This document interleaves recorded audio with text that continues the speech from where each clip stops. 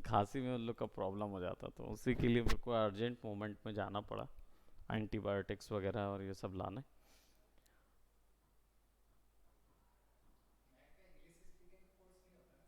नहीं, मैक का कोई ऐसा सेपरेट कोर्स नहीं है। ये होना चाहिए, क्योंकि इस फील्ड में जैसे हम डील करते हैं बाहर वालों से, तो इसके लिए एक सेपरेट वो होना चाहिए। लेकिन अभी क्या हो रहा है, टेक इट फॉर ग्रांटेड लिया जा रहा है इस चीज़ को, कि हर व्यक्ति जो होता है, मतलब क्या होता है हमारे यहाँ, इंस्टीट्यूशन लेवल की बात कर रहा हूँ, तो लोग इसको ना ऐसा सोचते हैं कि भाई ये स्किल है, इसको मैं सीख लूँगा तो बस हर कंपनी मेरे को ले लेगी। लेकिन वो क्या होता है, कई कंपनियां, मतलब ऐसा कोई भी क्या, हर कंपनी नहीं, हर कंपनी ऐसा व्यक्ति को चाहेगी जब उसके पास बड़े प्रोजेक्ट्स आए तो कोई बोलने के लिए रहे। अब वो चीज़ समझते नहीं है। तो मैंने इन लोगों के साथ ये एक्सपेरिमेंट किया, ये तीन लड़के जो हैं, रोशन, प्रिंस और मयंक, ये करीब 2 ढाई साल से इनका कोर्स जो था वो पहले ख़त्म हो गया है। 2019 से ज्वाइन किए थे, इनके कोर्सेज कंप्लीट हो गए। लेकिन कोविड के बाद इन्होंने क्या सफ़र किया कि ये कोविड के बाद एक जन जो है वो थोड़ा सा, मतलब बोलना चाहिए डिप्रेशन तो नहीं, लेकिन अलग हो गया अपने घर में जाके, बस वो दिन भर बस खेले कूदे अपना, क्रिकेट खेलना है तो खेल लिए। अब उसकी एज हो रही 24, और उसको करियर ज्वाइन करना है, और उसकी मदर ने बड़ी मेहनत से यहाँ भेजा हुआ है। सो वो मुझे पता चला कि वो बस 2 साल ऐसे ही बैठा हुआ है, कुछ कर नहीं रहा है। रोशन जो यहाँ बैठा था अभी, रोशन का ये सिचुएशन था कि इसको कोविड हो गया था, तो इसको जब कोविड हुआ तो इसके लंग्स इफेक्ट हो गए थे, तो उसमें अस्थमा हो गया। वो बहुत अच्छा क्रिकेटर है, क्रिकेट प्लेयर था, अंडर 19 सेलेक्ट हो गया था। और मयंक जो है वो अंडर 23 सेलेक्ट हो गया था।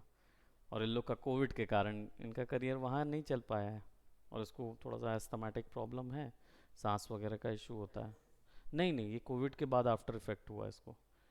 तो इसका मतलब लंग्स इफेक्ट हुआ, तो उसमें क्या है, इसको ये प्रॉब्लम आ गया और इम्यूनिटी थोड़ा कमज़ोर हो गई। तो अब करियर उसने सोचा इसी में बनाऊंगा करके, लेकिन कुछ होप नहीं था, वहीं बैठे बैठे थोड़ा बहुत काम कर रहे थे घरों में, तो आउटपुट क्वालिटी इनकी आ नहीं रही थी। तो इनको मैंने फिर बुलाया, फिर हम अभी 8 महीने से ये लोग इधर हैं। मैंने 5 महीने का टारगेट लिया हुआ था ऑनेस्ट स्पीकिंग, लेकिन इनकी मेडिकल सिचुएशन और कुछ आपस में थोड़ा सा ढीला ढिलाई भी किए हैं। बच्चे हैं, क्या करेंगे, थोड़ा ढिलाई करते ही। तो इन्होंने मस्ती में थोड़ा सा टाइम वेस्ट किया। तो अभी हम 8 में आ गए हैं। तो मैंने इनको यही चीज़, पहले इनको सॉफ्टवेयर की पूरी ट्रेनिंग दी, जो इन्होंने पढ़ा हुआ था उसी को हमने रिफर्बिश किया। और फिर उसके बाद मैंने देखा कि क्या होता है कि हम लोग सॉफ्टवेयर तो भारी सीख लेते हैं, लेकिन बाहर जाते हैं तो कम्युनिकेट नहीं कर पाते। और वहीं पे कोई ऐसा बंदा जो कि यूट्यूब से सीखा हुआ रहता है, लेकिन कम्युनिकेशन अच्छा होने के कारण उसको सिलेक्शन हो जाता है और इनको नहीं हो पाता, जो कि ज़्यादा टेक्निकल एक्सपर्टीज़ रखते हैं।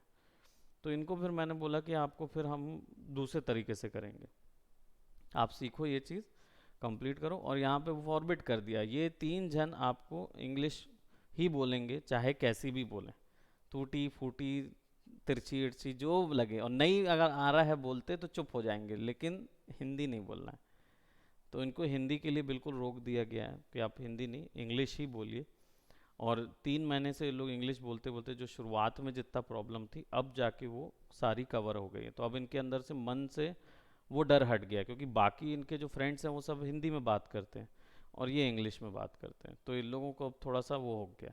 अब इनके वोकेबलरी का प्रॉब्लम है, क्योंकि इनका शब्दकोश कम है इंग्लिश में, इनको समझ नहीं आती वर्ड्स। तो ये क्या है कि एक ही वर्ड यूज़ करते हैं हर जगह होता है ना, अब एक ही आता है तो क्या करेंगे, 10 जगह यूज़ करते हैं। तो वो चीज़ मेरे को कम करानी है।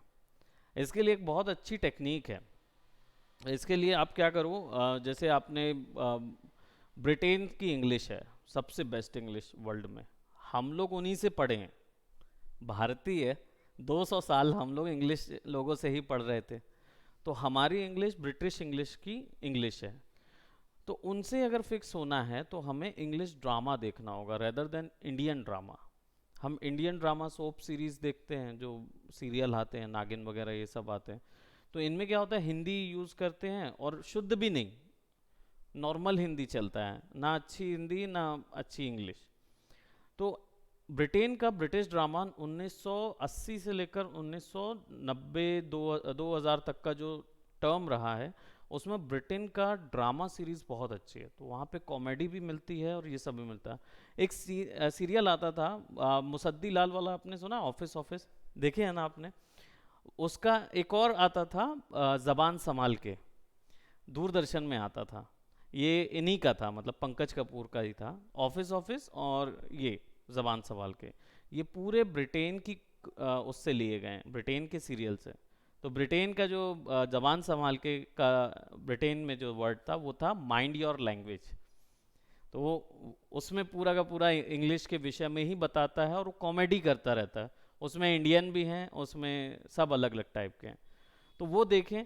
मैंने इनको बोला ये चीज़ कि आप लोग वही ड्रामा देखें, भले ही इन लोग बच्चे हैं, ये नहीं जानते उस समय क्या कॉमेडी हुआ करती थी, लेकिन उस कॉमेडी को भले ही ना एंजॉय करें, लेकिन एक चीज़ चलते रहें, एक स्टोरी देखें।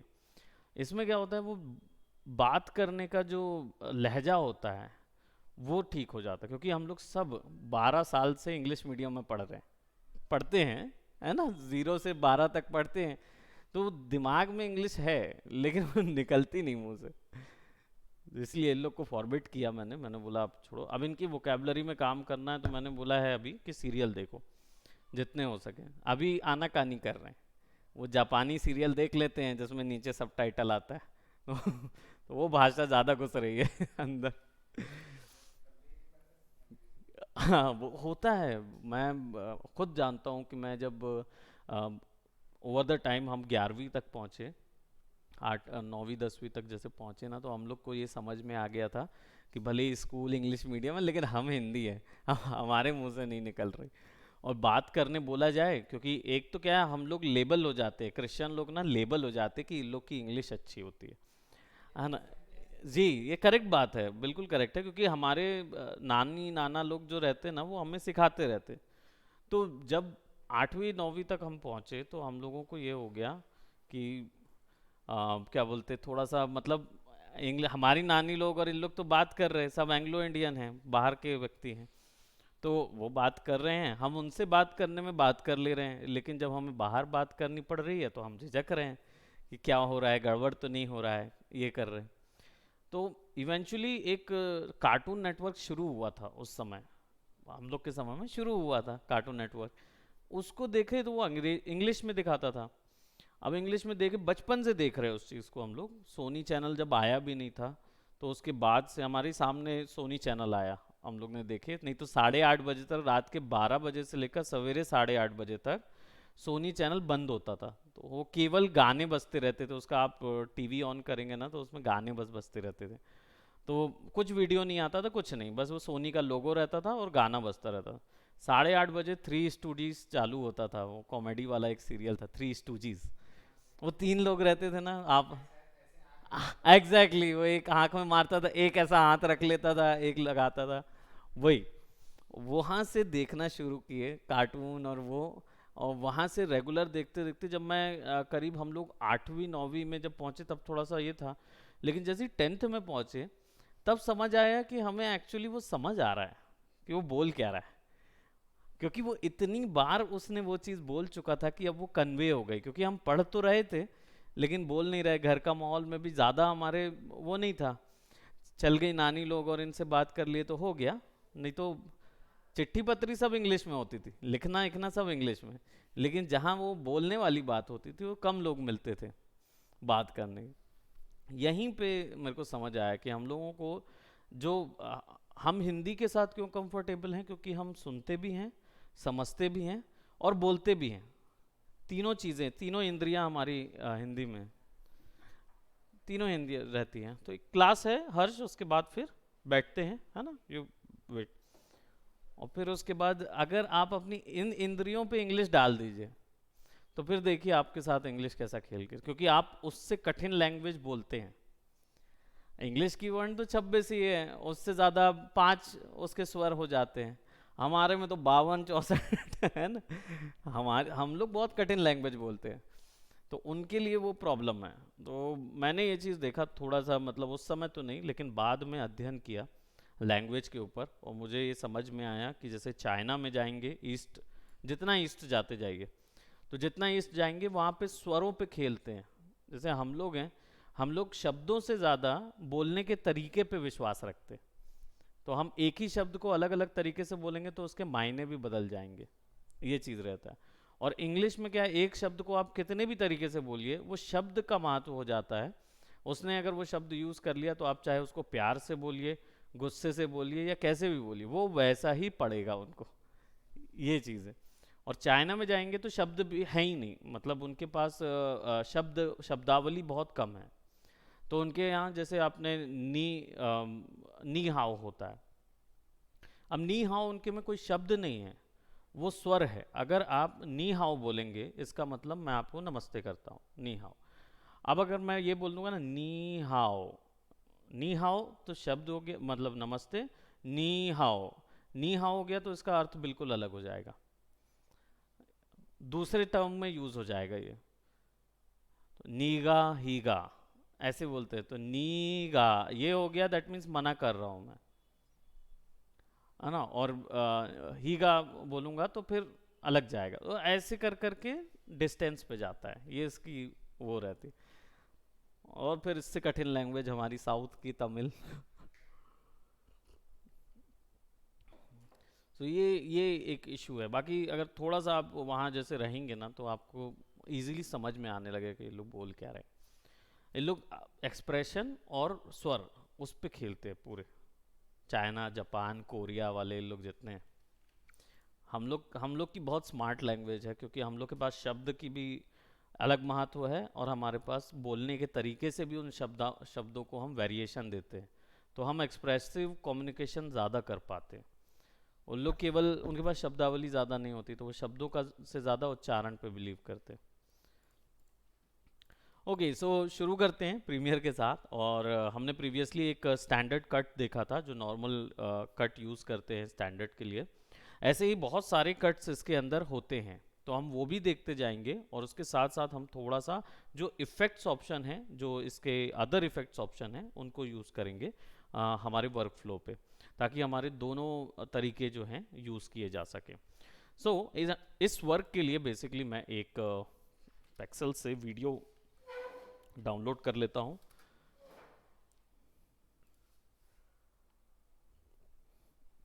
और हम जनरली एक ऐसा वीडियो यूज़ करेंगे जो कि रॉ होगा। रॉ वीडियो के से तात्पर्य ये रहता है कि वो ग्रे स्केल होना चाहिए। हम लोगों ने कलर करेक्शन में सीखा ही है फोटोशॉप की, जो जो चीज़ें फोटोशॉप में हमने सीखी हैं सेम एज इट इज़ हम लोग यहाँ अप्लाई करेंगे, बस वीडियो के ऊपर में। सारे चेंजेस, सारी बदलाव, सारा सब कुछ जो होगा वो वीडियो के ऊपर करेंगे हम। तो यहाँ पे मैं इसको डाउनलोड कर रहा हूँ, और हमारे पास एक रॉ वीडियो है। इस वीडियो को थोड़ा सा हम प्ले करके देखते हैं, और देखेंगे तो रॉ किस चीज़ में है, क्योंकि यहाँ पे कंट्रास्ट बहुत कम है। आप देखेंगे तो वीडियो जो है वो पूरा ग्रे स्केल पे चल रहा है। अभी थोड़ा विजुअली तौर पे हम लोग समझ सकते हैं, क्योंकि इतने समय हम लोग वीडियोस फोटोशॉप में इमेजेस देखते आए हैं।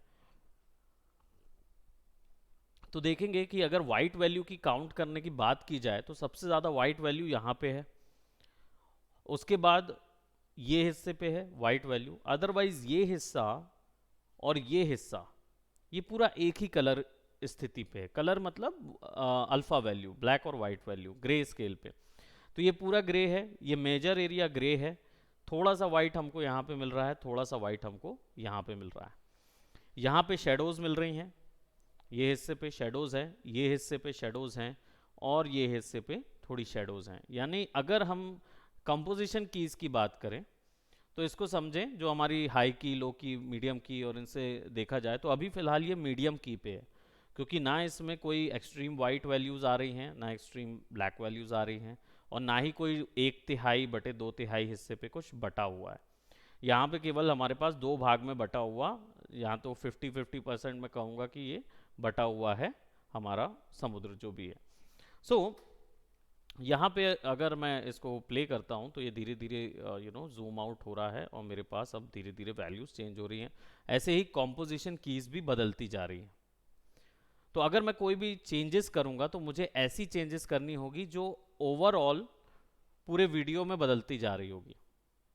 अदरवाइज नहीं तो प्रॉब्लम ये हो जाएगा कि अगर मैंने यहाँ पे जो बदलाव किए हुए हैं वही बदलाव यहाँ पे काम नहीं करेंगे, इन जगहों के लिए मुझे सेपरेट बदलाव करने होंगे। तो इसके लिए हम क्या करेंगे, दो तीन अलग अलग टेक्निक्स यूज करेंगे जो कि एक वर्क पे काम करेंगे। तो इसके लिए हम जाएंगे, सबसे पहले वीडियो को यूज कर लेंगे हमारे कॉम्पोजिशन के अंदर। अब हमारे पास वीडियो आ गई और यहाँ पे सीक्वेंस आ गया हमारे पास। सीक्वेंस पे राइट क्लिक करके उसकी सीक्वेंस सेटिंग्स को कभी भी बदला जा सकता है। तो अगर मैं उस पर 3840 और 2160 यानी कि 4K रेजोल्यूशन पे, हम लोग ऑलमोस्ट 4K रेजोल्यूशन पे काम कर रहे हैं। इसको 2K रेजोल्यूशन जनरली बोलेंगे, क्योंकि 4K रेजोल्यूशन में भी 4000 से थोड़ा ज़्यादा हो जाएगी वैल्यू, लेकिन 2K रेजोल्यूशन पे हमारे पास हॉरिजॉन्टल 2K वैल्यू है। वर्टिकल 16:9, हम लोग को पता है कि 16 पिक्सल अगर विड्थ में बढ़ेगा तो 9 पिक्सल ऊपर बढ़ाना पड़ेगा, यानी अगर 16 का जैसे ही 17 करेंगे तो हमें 32 लगाने पड़ेंगे नीचे और ऊपर 18 लगाने पड़ेंगे। 9x9 से बढ़ेंगे, वैसे ही ये बढ़ता जाएगा स्केल।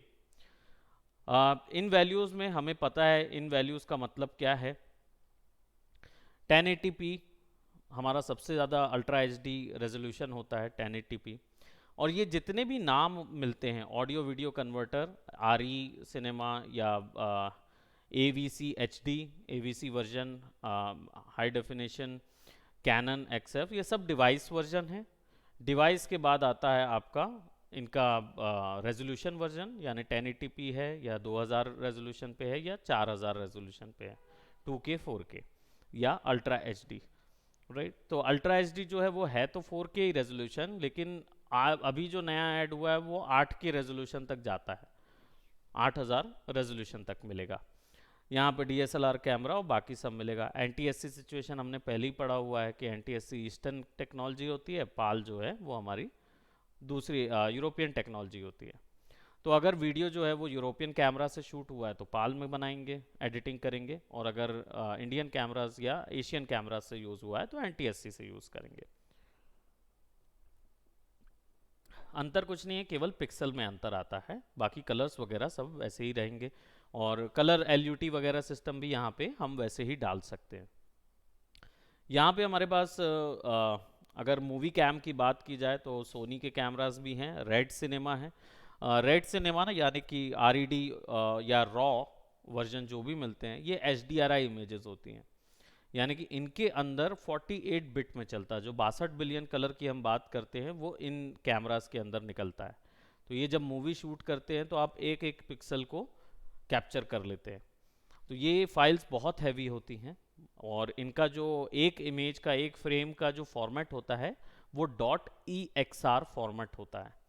तो वो ना PNG होगा ना JPEG होगा एक फ्रेम, क्योंकि PNG, JPEG, TIFF, टारगा ये छोटे फॉर्मेट होते हैं, लेकिन EXR फॉर्मेट में एक साथ 29 पासेस ऐड होते हैं। 29 पास का मतलब ये होता है कि मान लीजिए मेरा वीडियो जो है वो इसमें वाइट कलर एक लेयर पे सेव होगा, ब्लैक कलर एक लेयर पे सेव होगा, आपका रेड कलर एक लेयर पे, ऐसे करके 5 वैल्यूज निकलेंगी।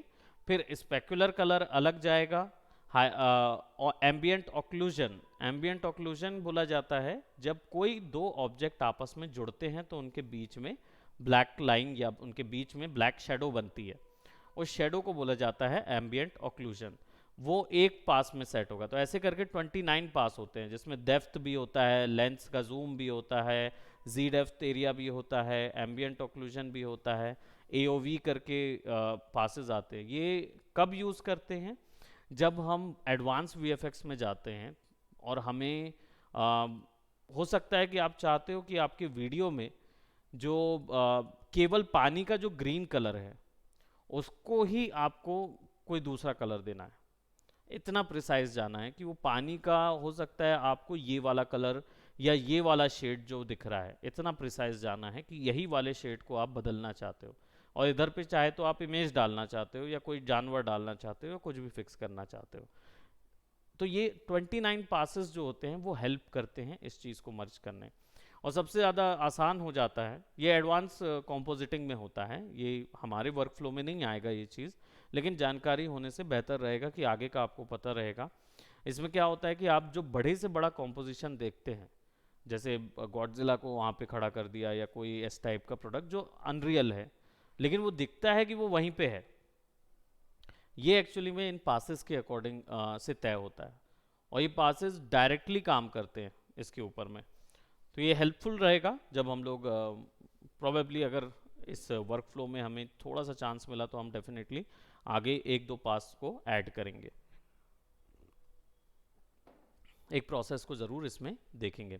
तो हमारे पास अभी जो वीडियो है, इस वीडियो में सबसे पहले तो प्रॉब्लम क्या है वो देखना है। तो इसके लिए हम यहाँ पे एक लेयर अप्लाई करेंगे, और लेयर अप्लाई करने के लिए आपके पास यहाँ न्यू आइटम ऑप्शन होता है, इसमें से भी लगा सकते हैं, राइट क्लिक करेंगे न्यू आइटम से, यहाँ से भी लगा सकते हैं, और यहाँ से भी आप ऐड कर सकते हो, आपके पास मेन्यू बार हमेशा अवेलेबल रहेगा।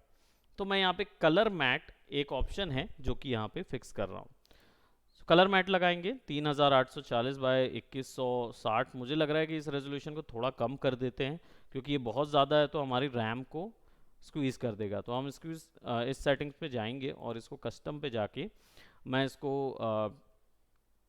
Let's say 720p HDV 720p ले लेते हैं, हाई डेफिनेशन वीडियो 720p पे रखते हैं इसको, और यहाँ पे हमारे पास सारी वैल्यूज पहले ही सेट हो गई हैं। अब ये क्या बोलेगा, चेंजेस टू प्रीव्यू फॉर्मेट और the frame size all require preview file to deleted, this operation can not be done. Okay, तो जितनी भी फाइल प्रीव्यू में आ रही थी वो सब डिलीट कर दिए।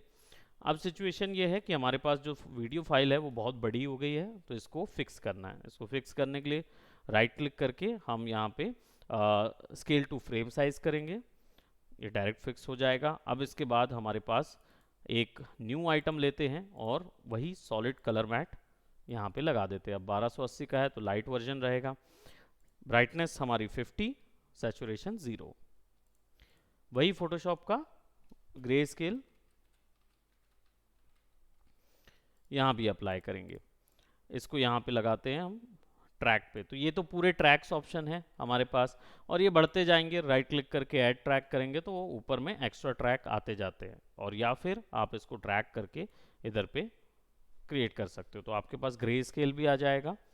अब यहाँ पे इसको हम क्या करेंगे, ड्रैग करके थोड़ा सा ट्रिम कर देंगे, बढ़ा देंगे, ट्रिम एक्सटेंड कर देंगे, और इसको ब्लेंडिंग मोड यूज़ करेंगे, इसका कलर ब्लेंडिंग मोड जो हम लोग यूज़ करते थे। तो ब्लेंडिंग मोड यूज़ करने के लिए आपको इसकी प्रॉपर्टीज़ पे जाना होगा, और वो प्रॉपर्टीज़ आपको मिलेंगी यहाँ से। हमारे पास इफेक्ट कंट्रोल्स ऑप्शन है, जैसे ही लेयर पे क्लिक करेंगे तो उससे रेस्पेक्टिव प्रॉपर्टी आएगी। तो हमारे पास वीडियो प्रॉपर्टी में मोशन, ओपेसिटी और टाइम रीमैपिंग ऑप्शन है। तो टाइम रीमैपिंग तो हम लोग इस वर्क फ्लो के लिए यूज़ नहीं करेंगे, लेकिन आगे वाले वर्क फ्लो में डेफिनेटली इसका यूज़ होगा। ओपेसिटी में जाएंगे, और ओपेसिटी एक्चुअली आपको ब्लेंडिंग मोड ऑप्शन देता है। तो यहाँ पे वही ब्लेंडिंग मोड्स हैं सारे के सारे आपके पास जो फोटोशॉप में अवेलेबल हैं, उनसे एक भी ज़्यादा यहाँ पे मुझे नज़र नहीं आ रहा, केवल लीनियर डॉज ऐड वाला ऐड हुआ है, बाकी सारे के सारे वैसे ही हैं। आई थिंक पूरे डिप्टो वही है। तो इसको कलर पे जाएंगे, अब हमारे पास ग्रे स्केल वैल्यू नज़र आ रही है। तो हमें चाहिए कि हम इसकी कलर वैल्यूज़ पे काम करें, यानी कि हमें सबसे पहले ब्लैक और वाइट वैल्यू बढ़ानी होगी।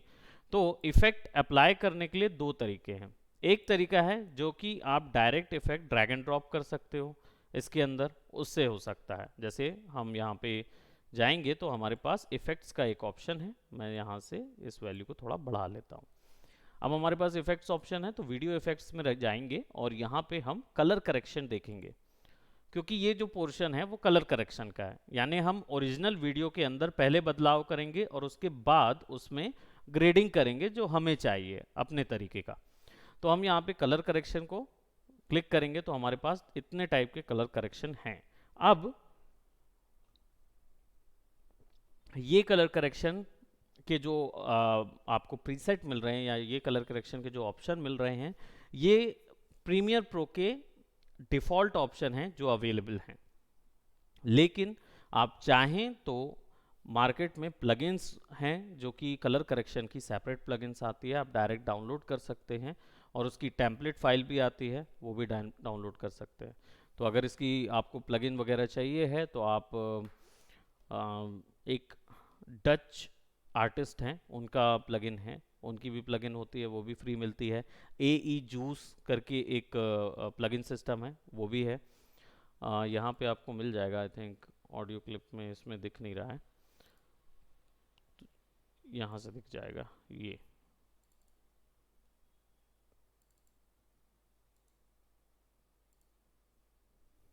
AE जूस प्लगइन होती है, ये आफ्टर इफेक्ट और प्रीमियर दोनों के लिए काम करती है।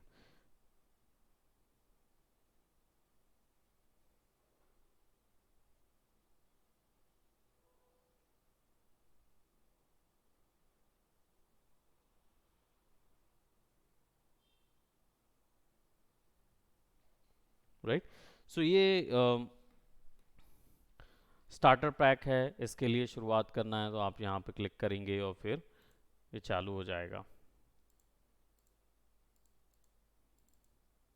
ऐसा डबल क्लिक करना पड़ता है तो वो पूरा डाउनलोड करता है और आप उस चीज़ को अपने वीडियो पे यूज़ कर पाएंगे। तो ये सिंपल वीडियो रहता है, आप इसमें लेके आएंगे और यहाँ पे यूज़ कर सकते हैं। ऐसी प्लगइन्स बहुत आती हैं, तो अगर मैं इसको यहाँ पे यूज़ करूँ तो फिर मेरे पास ये इधर पे आ जाएगा बना बनाया इफेक्ट। तो इस पे क्या क्या चीज़ें यूज़ हुई हैं वो सब चीज़ें भी मिल जाएंगी। तो ऐसी प्लगइन्स बहुत सारी हैं, और एटॉम एक्स भी एक प्लगइन होती है प्रीमियर और आफ्टर इफेक्ट की, और ये भी है AE जूस है, ये फ्री है जो अवेलेबल है मार्केट में, उसको यूज़ कर सकते हैं। और थोड़ा सा अगर एडवांस में जाना चाहें तो रेड शिफ्ट एलिमेंट आता है, वो भी प्लगइन होती है। रेड शिफ्ट एक कंपनी है जो केवल आफ्टर इफेक्ट और प्रीमियर की वो बनाती हैं, क्या बोलते प्लगइन्स बनाती हैं, तो आप उसमें सर्च कर सकते हैं वो प्लगइन्स कौन सी आती है अगर इसको थोड़ा बढ़ाना है तो।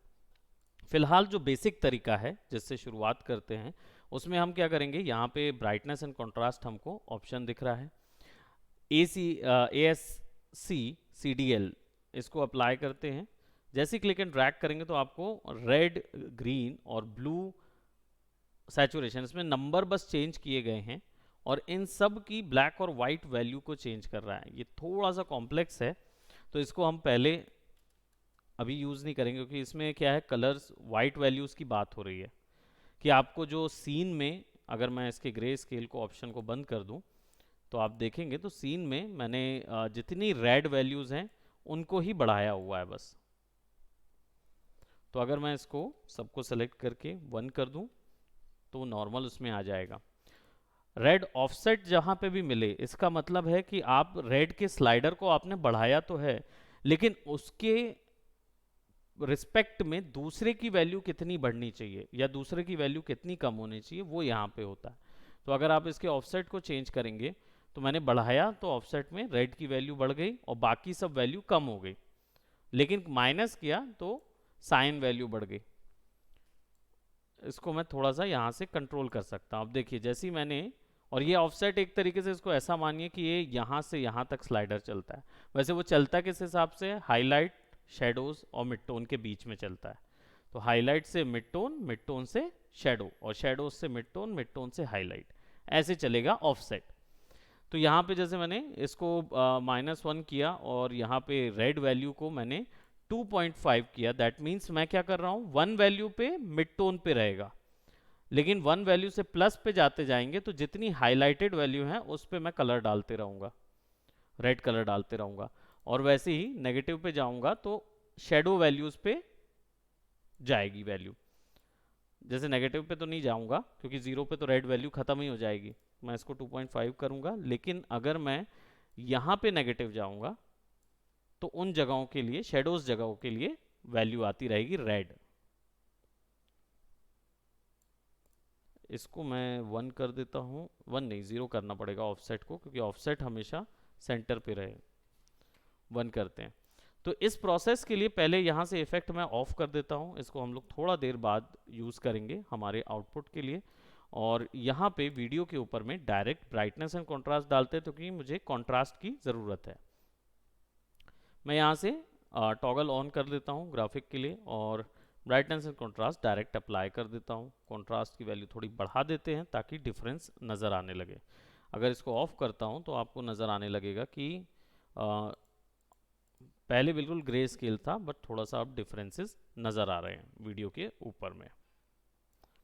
कलर्स जितने हैं वो डिफर होके अलग अलग नज़र आ रहे हैं। तो शेडोज़ और लाइट्स के बारे में बात करेंगे, क्योंकि ब्राइटनेस जो है वो बड़ी ज़्यादा है, और कभी भी ब्राइटनेस वैल्यू हमें पता है कि हम लोग वो फोटोशॉप की उस वैल्यू तक नहीं ले जाएंगे ब्राइटनेस जो 90% से ऊपर की है। तो अगर 90% से ऊपर का कहीं पे वैल्यू हमको मिल रही है ब्राइटनेस की, जैसे ये वाली वैल्यू जो है, तो वहाँ नहीं जाएंगे, क्योंकि हम फिर ब्लेंडिंग यूज़ नहीं कर पाएंगे। तो हम इसको थोड़ा सा कम कर लेते हैं। अब हमारे पास कलर भी है, ये भी है, लेकिन ऑब्वियस सी बात है ब्लैक और वाइट वैल्यू चेंज करते हैं तो सैचुरेशन बढ़ जाता है। तो सैचुरेशन कम करेंगे। सैचुरेशन के लिए हमें चाहिए होगा एक ह्यू एंड सैचुरेशन, तो उसके लिए अलग से वैल्यू होगी। अगर जो नहीं मिल रहा है तो यहाँ पे हम सर्च कर लेंगे। आई थिंक ह्यू इसके अंदर अवेलेबल नहीं है।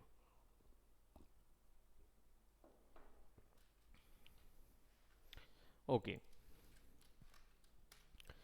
अगर ये अवेलेबल नहीं दिख रहा है तो होगा तो डेफिनेटली, लेकिन उसका नेमिंग कोई दूसरा चल रहा होगा। तो हम यहाँ पे दोनों से तो हो सकता है, ये दोनों से कलर बैलेंसिंग और लुमेट्रिक कलर दोनों के अंदर ये ऑप्शन मिलता है। बट ये थोड़े से बड़े वैल्यूज़ हैं, तो हम इसको यूज़ करेंगे जब तक मैं देख लूँ कि यहाँ कहीं पे मेरे पास ह्यू का वैल्यू कहीं नहीं दिख रहा। चैनल्स के अंदर देखते हैं, इन्वर्ट चैनल नहीं करना है, ब्लर एडजस्टमेंट, लेवल्स एडजस्ट किए जा सकते हैं, लेकिन कलर लेवल्स एडजस्ट करने की वैल्यू नहीं है। तो चलिए कलर बैलेंसिंग यूज़ कर लेते हैं। क्लिक करके ड्रैग करेंगे तो हमारे पास कलर बैलेंस आ जाएगा। अब ये वैल्यू और पीछे जो आपने वो देखा था ASC DCL वाला जो वैल्यू देखा था, वो अंतर है, क्योंकि ये वैल्यू जो है ये ज़्यादा स्ट्रेट फॉरवर्ड है। ये क्या करती है, ये शेडो, मिड टोन और हाईलाइट में डिवाइड कर देगी पूरे सीन को। तो अगर आप शेडोज में वैल्यू चेंज करेंगे तो इन कलर्स पे, जो सबसे डार्क कलर्स हैं वीडियो के, उन पे असर होगा। तो अगर इनकी वैल्यू मैं बढ़ाऊं तो जनरली इन जगहों पे वैल्यू बढ़ेगी। तो मैं अगर अब मैं बढ़ाऊंगा क्यों, क्योंकि बेसिकली मुझे चाहिए है एक कलर बैलेंसिंग, यानी कि सारे कलर्स में अलग अलग बैलेंस होना चाहिए। और मैं चाह रहा हूँ कि मेरा ये जो कलर है ये थोड़ा सा ब्लूइश टोन का रहे, पानी जो है, और ये जो है वार्म टोन पे रहे। तो मैं यहाँ पे इनको करूँगा और थोड़ा सा रेड बैलेंस बढ़ाऊँगा, ग्रीन की वैल्यू कम करूँगा, ब्लू की वैल्यू भी कम करूँगा, और इक्वली कम करूँगा। इससे क्या कम होगा, इससे सैचुरेशन कम हो जाएगा, शेडोज में से सैचुरेशन कम हो जाएगा, और हल्का सा रेड वैल्यू जो है वो ज़्यादा रहेगी। तो मैं इसको करीब 50 तक, 50 तक थोड़ा सा बढ़ाऊंगा ताकि वार्म नज़र आए। और बाकी सब वैल्यूज़ जो हैं उनको मैं -12, और वही है, अगर मैं रेड ग्रीन ब्लू की वैल्यू इक्वली कम करूँगा तो शेड्स जो हैं वो डार्क होते जाएंगे, क्योंकि तीनों वैल्यूज़ कम होगी तो वाइट वैल्यू कम होती जाएगी। इसको भी मैं -12, इसको भी -12, और इसको भी -1 to 12 करूँगा। प्रिजर्व लिमिनोसिटी ऑफ कर देंगे, बिकॉज इसको ऑन करने पर क्या हो रहा है कि जो हमारी ब्लैक वैल्यू कम हो रही थी वो ब्लैक वैल्यू कम नहीं हो रही थी। इसको रखेंगे तो आपकी ब्लैक वैल्यू कम नहीं होगी, केवल कलर कम होता जाएगा। इसमें क्या है, सैचुरेशन बहुत ज़्यादा नज़र आएगा, और कलर्स जो हैं वो ऐसे नज़र आएंगे जैसे ब्लडी रेड, इसमें रेड वैल्यूज़ बहुत ज़्यादा नज़र आने लगेंगे। तो हम क्या करेंगे, इसको ऑफ कर देंगे यहाँ से। तो हमने क्या किया, माइल्डली सबकी वैल्यू थोड़ी सी कम की हुई है, लेकिन मैं चाहता हूँ कि ये केवल इस सेक्शन पे आए, तो हम मास्किंग करेंगे। मास्किंग अप्लाई करने के लिए हमेशा हर एक इफेक्ट के साथ आपको ये 3 ऑप्शन मिलते हैं। तो यहाँ पे मेरे पास फ्री ड्रॉप बेजियर टूल है, इसको मैं क्लिक करूँगा तो ये मुझे ऑप्शन देगा मास्क का। यहाँ पे मास्क अप्लाई हो गया है, तो हम सिंपली यहाँ पे सेलेक्ट करेंगे, क्लिक, ड्रैग, ड्रैग। अब मैं इसको प्रोग्राम फॉर्मेट में हूँ और 25% पे रख के यहाँ से सेलेक्ट करता हूँ, और इसको मैं यहाँ पे ड्रैग करता हूँ, और इसको ज्वाइन कर देते हैं। सो अब हमारे पास जो वैल्यूज़ आई हैं, मैं इसको 75% कर देता हूँ, नो नो नो 50 या। तो हमारे पास अब जो वैल्यूज़ आई हैं उसमें हमारा जो सिनेरियो है उस पर मास्क कर दिया है हमने, और इसको हम थोड़ा सा इधर तक रखेंगे जहाँ पे डस्ट और रेत ज़्यादा है। और ये मास्किंग का आपको पता ही है कि जब इसको आप ड्रैग करते हैं तो फेदर वैल्यू बढ़ा रहे होते हैं। तो वीडियो का जो मास्क है उसकी फेदर वैल्यू जो है, सॉफ्टनेस वैल्यू, वो यहाँ से बढ़ जाएगी। ये उसके मास्क की विड्थ को बढ़ाता है, यानी जो फेदर वैल्यू बनी है उसकी भी विड्थ को आप बढ़ा सकते हो इधर से, और यहाँ से आप कुछ फेदर वैल्यू मैनुअली दे सकते हो। ये वैल्यूज़ तो हमारे साथ हमेशा बनी रहेंगी, राइट। अब सिचुएशन ये है कि जब हम इसको क्लोज करते हैं तो हमारे कलर्स यहाँ पे बढ़ गए हैं, लेकिन यहाँ वैल्यू जो है वो ग्रे स्केल ही है। तो अब ये करेंगे कि हम इधर पे एक और कलर बैलेंस वैल्यू डालेंगे और इनको ब्लूज करेंगे। बस अंतर ये होगा, कंट्रोल सी कंट्रोल वी, तो वही कलर बैलेंस आ जाएगा। और इस बार इसका मास्क इन्वर्ट कर देंगे ताकि जो वैल्यू यहाँ थी वो इधर आ जाए।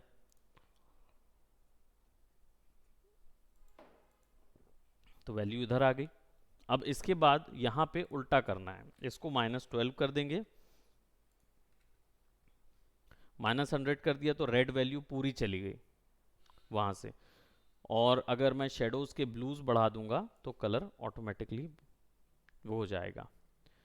तो अगर इसको मैं -50 भी करता हूँ तो कलर में थोड़े रेड वैल्यूज़ आ जाएंगी। तो इसको मैं -80 कर देता हूँ क्योंकि मुझे ब्लूज वैल्यूज़ तो लंबी चाहिए। अब यहाँ पे क्या हो रहा है कि फेदर जो है वो थोड़ा ज़्यादा कर देता हूँ मैं, क्योंकि ये अलग से नज़र आ रहा था इधर पे।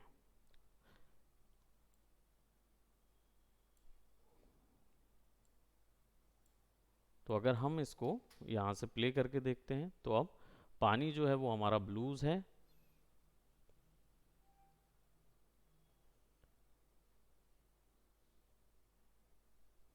अब यहाँ थोड़ा सिचुएशन ख़राब हुई है क्योंकि ये कलर्स बिल्कुल उसके साथ मैच नहीं कर रहे हैं। तो यहाँ पे हम क्या करेंगे, अब इनकी एनिमेशन का टाइम आता है कि अब हम इनको एनिमेट करना शुरू करेंगे। तो इस तरीके के सॉफ्टवेयर के अंदर जिनके भी अंदर आपको ये स्टॉप वॉचेस नज़र आए, इसका मतलब हम लोग इसको एनिमेट कर सकते हैं हर वैल्यू को। तो जैसे मास्क को एनिमेट करना है, क्योंकि मैं देख रहा हूँ कि जैसे ही मैं दूर जा रहा हूँ यहाँ पे आता हूँ तो अब मेरा मास्क जो है वो कहाँ पे अप्लाई हो रहा है, इधर पे।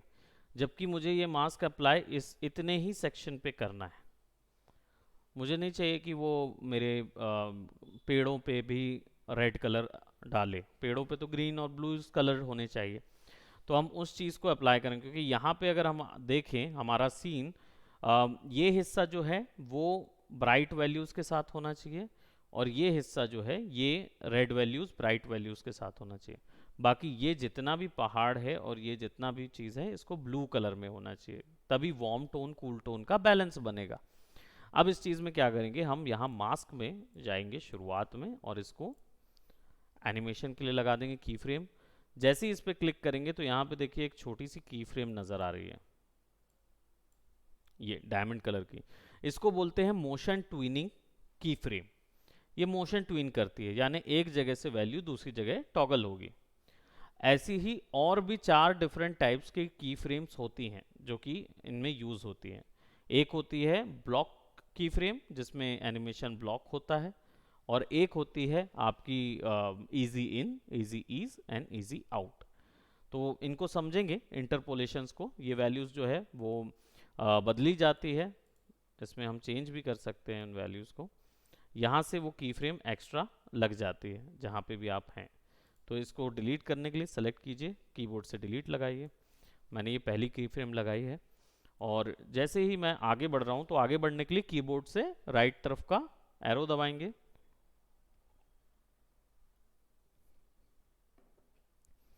अब इतनी दूर आने के बाद जैसे मैं 4 सेकंड पे हूँ और यहाँ आने के बाद मैं मास्क पाथ पे क्लिक करता हूँ तो मुझे दिखेगा कि मास्क जो है वो इधर पेड़ों पे जा रहा है। तो मैं इसको सेलेक्ट करके यहाँ से ड्रैग करूँगा, तो अपने आप यहाँ पे एक की लग जाएगी, यानी वो वैल्यू को नोट कर लेगा। और मैं इसको ऐसा कर दूंगा, और हम पानी की ओर नहीं जाएंगे, तो हमारा जितना भी ऑप्शन है,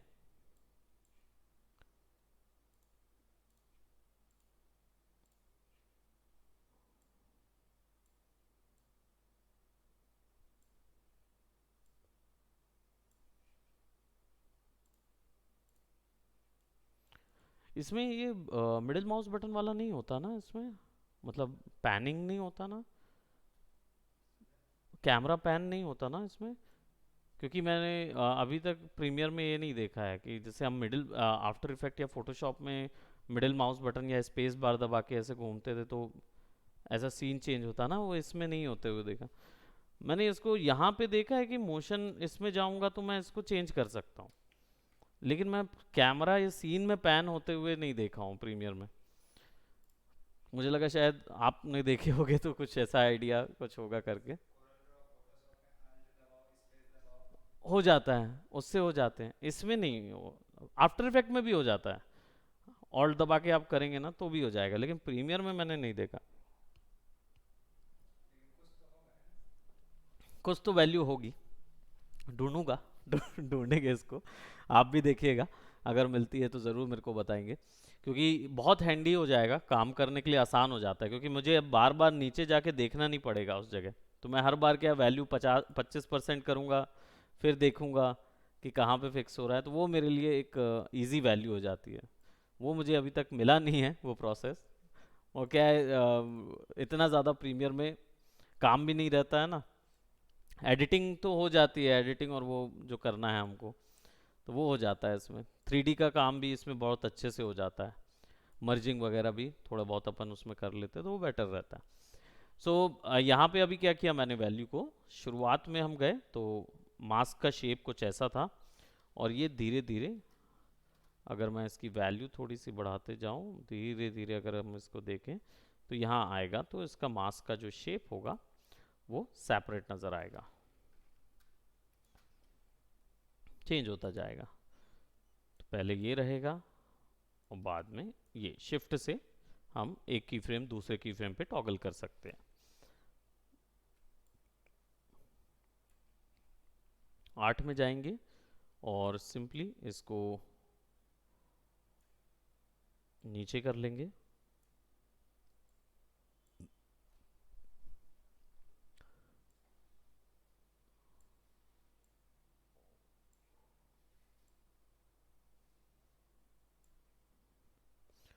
इसको यहाँ पे रख लेते हैं और इसको ऐसा फिक्स कर लेते हैं, तो हमारे पास ये गैप आ जाएगा। और लास्ट में जाएंगे और ये जो मास्क है इस मास्क को पूरे तरीके से फिक्स कर देंगे नीचे।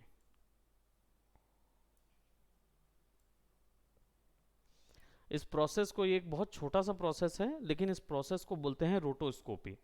और मूवीज में ये रोटोस्कोपी यानी मास्क का एनिमेशन जो है वो बहुत ज़्यादा मायने रखता है, बहुत इंपॉर्टेंट पोर्शन होता है। तो जितने आर्टिस्ट अगर उसमें कोई ऐसे आर्टिस्ट होते हैं जो केवल रोटो करते हैं, तो रोटो आर्टिस्ट की जॉब हमेशा अवेलेबल है मार्केट में, और इसका फ्रीलांस काम भी बहुत मिलता है। तो अगर कोई आर्टिस्ट रहते हैं जो रोटो करते हैं, उन लोग का पैसे का प्रॉब्लम कहीं नहीं मिलेगा आपको, क्योंकि उनको हमेशा, और पैसा भी फ्रेम बाय फ्रेम मिलता है, पर फ्रेम एनिमेशन पे मिलता है, तो बहुत अच्छा, मतलब इनका बिजनेस अच्छा रहता है इस चीज़ में। मैंने देखा है कि करीब जैसे अगर आप बिल्डिंगों वगैरह का करेंगे ना, तो आपको कम से कम मतलब 50 से 60 रुपए पर फ्रेम चार्ज मिलेगा। लेकिन वहीं जब आप क्या बोलते हैं बाल का करने लगते हैं, कैरेक्टर या कैरेक्टर के बाल का अगर रोटो करना रहा, तो वो रोटो करते हैं तो आपको क्या बोलते हैं 160-170 रुपये फ्रेम मिलता है। वो सीन ही कुछ ऐसे होते हैं, जैसे हमारा सबसे महंगा रोटोस्कोपी का वर्क हुआ है तो वो एवेंजर्स में जो मार्वल, जो कैप्टन मार्वल हीरोइन है, वो आती है हवा में उड़ती हुई, आयरन मैन को बचा के लेके आती है और रखती है। एक्चुअली क्या हुआ था, इन लोगों ने जब शूट लिया था, तो इन लोगों ने शूट लिया था जिसमें बाल जो हैं वो हवा से उड़ते हुए नजर आए, लेकिन अंतरिक्ष में बाल उड़ते हुए नजर आ रहे हैं, वो इनको टेक्निकली करेक्ट नहीं है, क्योंकि अंतरिक्ष में तो हवा होती ही नहीं है। तो वो लोग नेचुरल नहीं कर पा रहे थे, तो उन लोगों ने क्या किया, उन लोगों ने रोटो करके, उस सीन को मैं आपको दिखाता हूँ, उन लोगों ने रोटो करके आपका क्या बोलते हैं, बालों को नकली बनाया, 3D में बनाया, और वहां पे वो फिक्स किया हुआ है।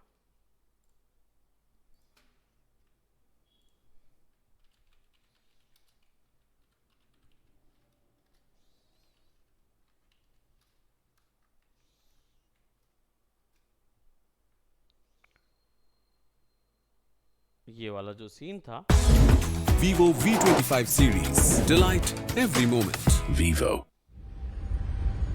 ये जो सीन था, इसमें देखें ये पिक्चर, नहीं इसको देखेंगे, ये काफ़ी अच्छी है एडिटिंग और कंपोजिशन के लिए, आप देख सकते हैं इसमें। ये जो गर्ल है, इसको जनरली हमारे यहाँ क्या करते हैं, ऊपर से दिखाएंगे तो पानी में डालेंगे, या फिर हम इसको क्या बोलते, पंखा चला के हवा दिखाएंगे। लेकिन इन लोगों को पता था कि अंतरिक्ष में तो हवा होती नहीं है, तो ये अननेचुरल लगेगा, तो उन्होंने उसके बाल जो है ना वो 3D में बनवाए, पूरे पूरे नकली बाल 3D में बनवाए। ये वाले जो पूरे बाल हैं, ये सब नकली हैं। ये पूरा हेयर जो है, ये पूरा नकली है बाल। तो ये जो मोशन है ये अननेचुरल है, बाल का मोशन। और इसके लिए पहले शूट हो चुका था, इन्होंने वो शूट दे दिया था नेचुरल हेयर के साथ।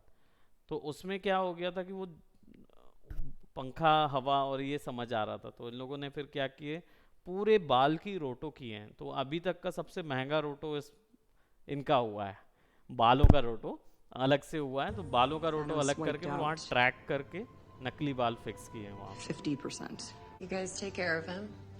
ये पूरा वैसे ही। सो नॉर्मल कलर करेक्शन के लिए पहला जो पोर्शन रहेगा, वो हमने जैसे इधर एक सेट किया हुआ है वैल्यू, यहाँ पे जा रहे हैं। तो यहाँ मैं देख रहा हूँ कि यहाँ ब्राइटनेस एंड कंट्रास्ट वैल्यू बहुत अधिक मायने में डिफरेंस आ रहा है। तो इनकी वैल्यू को हम थोड़ा सा बढ़ा के देखेंगे, और मुझे ये भी ब्राइटनेस एंड कंट्रास्ट भी मास्किंग करना पड़ेगा, ताकि ये इतने ही सेक्शन पे अवेलेबल रहे। तो मैं इसको लास्ट सेक्शन पे रख के इतने को मास्क कर देता हूँ। और मैंने देखा है कि मास्किंग ही एकमात्र टेक्निक है जो अभी तक एडवांस नहीं हुई। अगर आप इसको ऐसे देखेंगे ना, तो ये टेक्निक अभी तक एडवांस नहीं हुई है कहीं पे भी। ये वैसी की वैसी ही यूज़ की जा रही है जब से शुरुआत से यूज़ कर रहे हैं हम लोग। तो मास्किंग का जो पहला पाथ होगा वो हमारा इस तरीके का पाथ होगा, और हम इसको ओवरऑल पूरे सीन में यूज़ कर रहे होंगे ब्राइटनेस को, और धीरे धीरे ये ब्राइटनेस मास्क पाथ कर देंगे, और यहाँ पे 4 सेकंड पे आएंगे, और प्रोबेबली मैं 8 सेकंड पे आ जाऊँगा जहाँ पे ये वैल्यू मुझे एक्चुअली यूज़ करनी है। तो मैं इसको यहाँ से नीचे ले आऊँगा इस स्तर तक। Again I will go by here, और एक इधर एक इधर,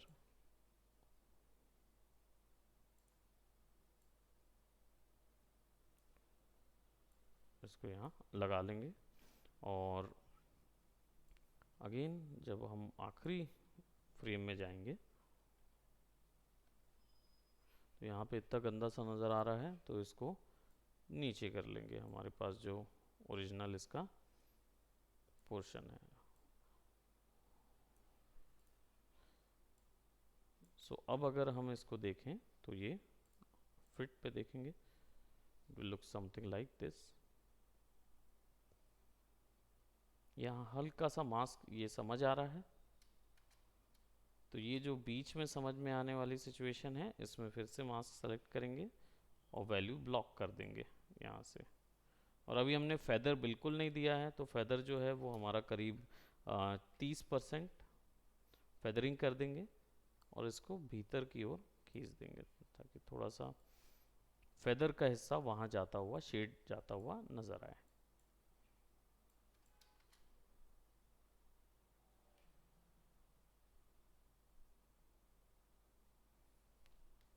हल्का सा लास्ट में वैल्यू एकदम बढ़ जा रही है।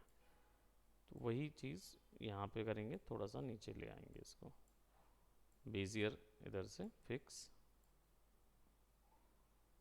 और थोड़ी शेडोज अननेचुरल भी नज़र आ जाएंगी यहाँ पे, एक्स्ट्रा शेडोज जो बनी हुई है वो भी ऐड हो जाएगा इसके अंदर। तो ये थोड़ा सा शेडोज भी नज़र आ जाएंगे।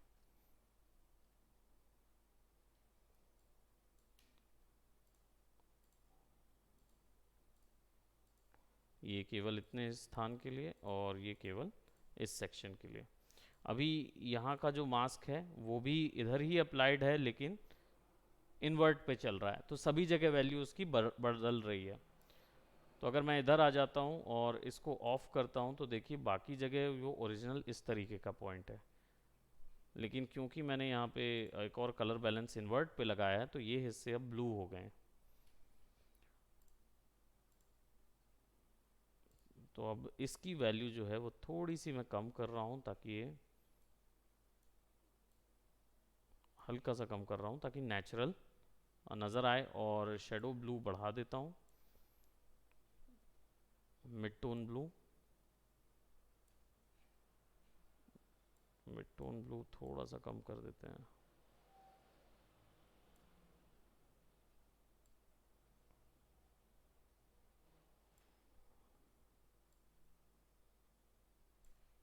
सायन कलर जैसा